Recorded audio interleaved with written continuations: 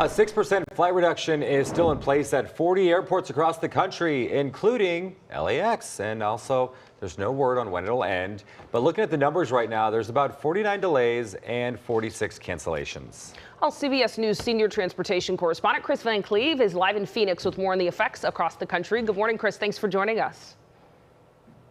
Well, good morning. Good to be with you. We're starting to see a return to normalcy as far as air traffic control staffing, and the delay numbers that we saw yesterday were far more into sort of historic norms. In fact, this morning, the first bank of flights out on the East Coast, that 5 a.m. to 8 a.m. window, more than 97% of them left on time. So that's a very good sign about things sort of getting back to normal. Yeah, and we've still got about 2 weeks to go until Thanksgiving. I know people with holiday travel plans were hoping that this would wrap up and get back to normal for the holiday travel season. That seems to be what it's going to happen.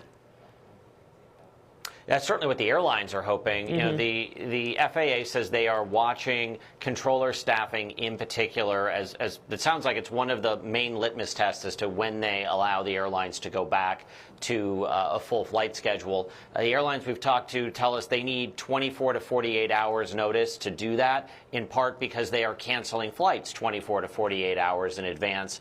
And that's mainly done so that people don't show up at the airport and find out that their flight was canceled. But that means there's got to be a ramp-up period. So if the FAA were to lift this emergency order today or tomorrow, you'd be looking at Sunday or Monday for things to get back to normal. We'll start to see passenger volumes pick up late next week as we get closer to the Thanksgiving holiday. So certainly the airlines want to see things back to normal as soon as possible. Yeah, and you said Sunday or Monday things could get back to normal. What disruption should people still plan for? Let's say they're traveling on Sunday. Yeah, so as long as this FAA order is in place, you're going to see 900 to 1,000 cancellations a day. Those flights will be people will be notified about those flights 24 to 48 hours in advance. So if it's still in place on Sunday, people will know if their flight's impacted by Friday or Saturday. You know, certainly the weather in Southern California, this atmospheric river, has the potential to delay flights Sunday looking into Monday.